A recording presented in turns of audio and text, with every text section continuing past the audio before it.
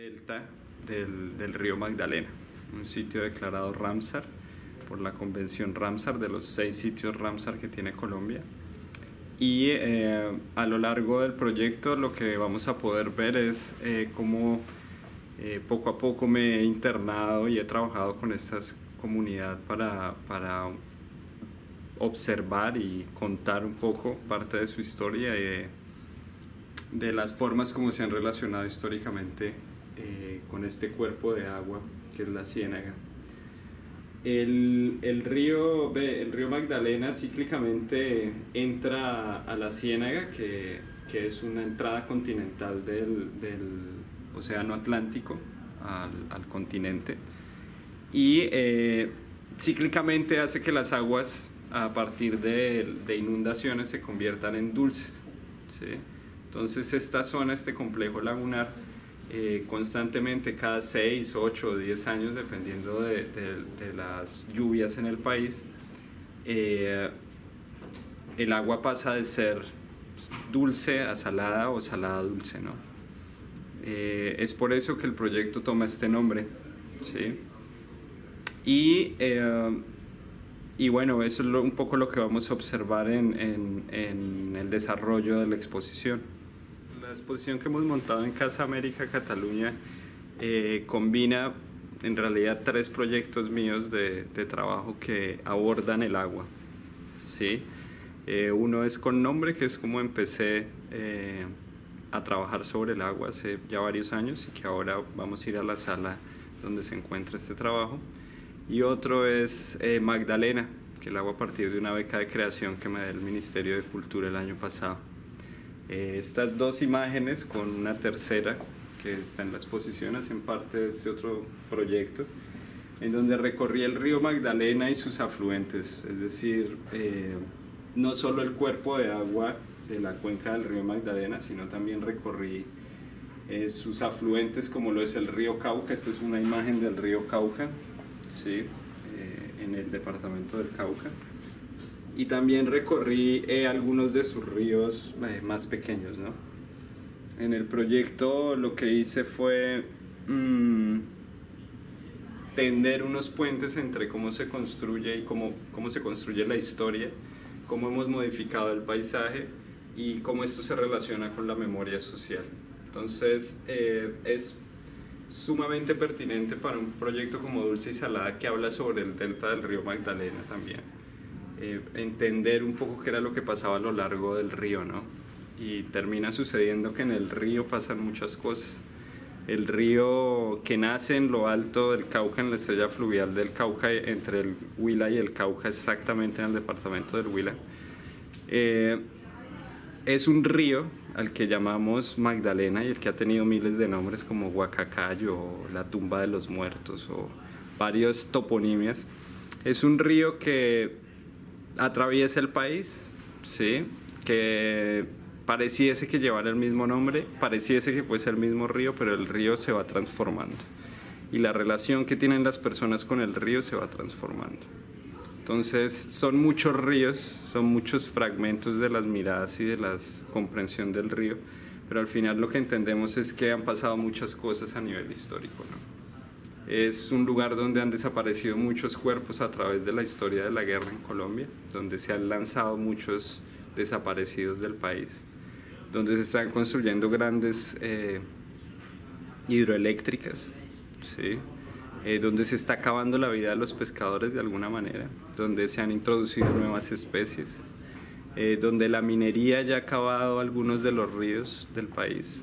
Entonces, digamos que entender la dinámica del río de alguna manera nos permite también entender la dinámica de poblados como Nueva Venecia, que están ubicados ahí hace cientos de años, 1847, en parte del delta de este río, y nos permite entender cómo se conectan ellos con nosotros, ¿sí? Con las ciudades, con las aguas residuales de nuestras casas. Entonces, por eso hemos combinado un poco estos proyectos en la curaduría que se ha hecho para la exposición de Casa Américas Cataluña. Empecé a trabajar en el 2010 en Nueva Venecia. Es No, Venecia es un poblado palafito que vive sobre el agua. ¿Sí? Las casas están ubicadas sobre postes a lo largo del agua. Y empecé a ir todos los años, por lo menos una o dos veces al año, iba un tiempo, ¿no? Entonces con las veces que iba yendo me iba enterando de todo lo que había ocurrido, digamos. ¿Sí? Entonces en el año 2000 ocurrió una masacre paramilitar en el poblado, donde el Estado colombiano reconoce que hay 39 víctimas, pero los pobladores consideran que hay aproximadamente más de 70.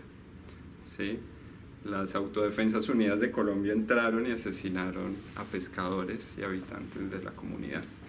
Y aunque yo nunca fui a preguntar o a hacer el trabajo sobre la masacre, era de alguna manera recurrente en las conversaciones con la población que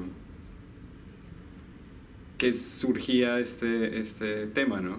Entonces, con el paso del tiempo me empecé a preguntar cómo las personas recordaban, ya fuera cuando fueran en la canoa o cuando estuvieran viendo como el horizonte desde sus casas, ¿no? Entonces empecé a leer sobre filosofía y un poco intenté relacionar el eje central de mi proyecto, que es el agua y la relación con el ser humano. Y empecé a relacionar este elemento con las posibilidades de recordar. Sí. Intenté hacer un paralelo metafórico entre los estados del agua, el estado líquido, el gaseoso y el sólido, con las posibilidades que tienen las personas o las comunidades para ejercer la dinámica de la memoria. Sí. Y leyendo filosofía y trabajando y discutiendo con amigos como Luis Gerardo Franco y otros que son grandes lectores de filosofía, encontramos que había posibilidades de hacer esas relaciones. El estado líquido, que sería el río, ¿sí? Funcionaría como funciona la memoria social, ¿no? Está ahí, ¿sí? Parece que es inamovible, está corriendo siempre, pero en realidad no es la misma, ¿no? Cada vez que se recuerda un suceso, la memoria social lo transforma, ¿no? La persona lo cambia, el recuerdo parece ser el mismo, pero le suma o le quita cosas, ¿sí? Y muchas veces se está dormido, ¿no? Surgen grandes despertares de un momento a otro. Entonces esta era una analogía que me funcionaba muy bien para ese suceso, ¿no? Al mismo tiempo, el estado gaseoso sería como el olvidar, ¿no? El dejar que algo se va, ¿sí? Esas son las grandes quietudes de la memoria, algo se está yendo, ¿sí? Pero lo que se vuelve gaseoso sabemos que en algún momento se condensa y vuelve a caer. Y esos son de nuevo los despertares de la memoria social, ¿no? En el caso de los hielos, que es lo que vemos aquí, fue la forma como yo relacioné la relación del ser humano con la naturaleza y con el agua, ¿no? Cuando buscamos entender las dinámicas históricas a grandes periodos de tiempo, y grandes escalas de tiempo, de lo que ha pasado en esa relación del ser humano con el paisaje y con la naturaleza, lo que hacemos es investigar a través de sacar perfiles de tierra en lagunas, lagos o en complejos lacustres como la Ciénaga, o en sacar perfiles de hielo en lugares donde ha existido perpetuamente el hielo, ¿no? Los polos. Entonces lo que hice fue empezar a congelar elementos de la vida cotidiana para poder señalar un poco esa metáfora, señalar la metáfora de que aquí hay un pueblo, de que ha existido un pueblo hace muchos años, y de que poco a poco, si no entendemos cuáles son esas dinámicas, si no se apoya las dinámicas del pueblo, van a quedar los hielos vacíos, ¿no? Un poco señalando la fragilidad que existe en un ecosistema que es frágil para mantener una comunidad de habitantes grandes. Esta parte de la exposición es, digamos que la más íntima, ¿no? Aquí hemos subido un poco la luz para que pueda salir la grabación, pero vamos a encontrar como un espacio mucho más oscuro y más íntimo en ese sentido. Esto es, digamos que se podría decir que es el inicio un poco del proyecto y un poco de la dinámica del discurso, ¿no? Yo empecé en el 2010 a recorrer ríos, sí, recorría los ríos, entrevistaba a las personas que habitaban a las orillas del río y de las quebradas y intentaba entender un poco cómo era que ellas se relacionaban con estos lugares. Mm, Me interesaba mucho contraponer de alguna manera la visión de los locales, de las personas que vivían con el río, con las personas que estudiaban el agua. Entonces hacía muestras de agua, recogía botellas con agua, grababa eh, los ríos, grababa los testimonios y posteriormente lo que buscaba era mandar a analizar estas muestras de agua, ¿no?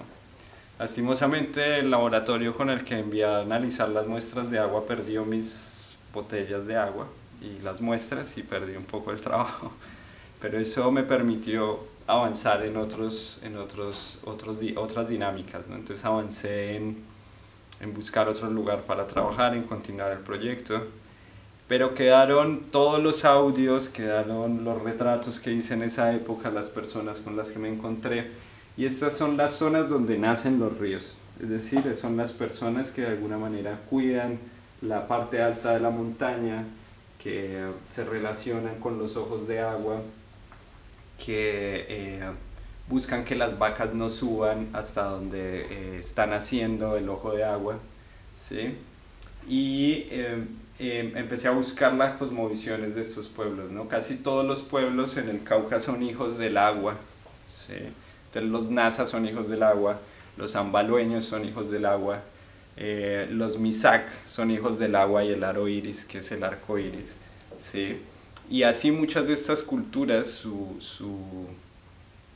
su dinámica de lo religioso y su eh, sistema de creencias tienen al agua como un eje fundamental, creador y santo de alguna manera, ¿no? Para ponerlo en términos de algo que conocemos más cercano.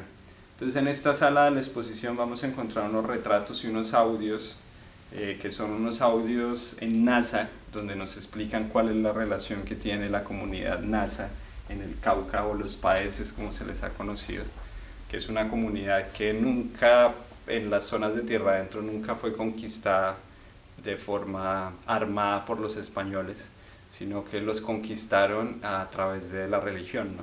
Posteriormente. Sin embargo, pese a ello, hay algunas condiciones culturales que nunca se han perdido, ¿no? Entonces vamos a escuchar en NASA esta relación. En la entrada de la sala van a poder encontrar el texto traducido para aquellas personas que quieran entender un poco a qué se refiere Alirio Cuscuec, que es la persona que nos habla sobre la relación que tiene el pueblo Nasa, sobre sus mitos, sobre Juan Tama y toda esta dinámica en relación al agua. Entonces espero la disfruten y que vengan a acompañarnos aquí a Casa América Cataluña.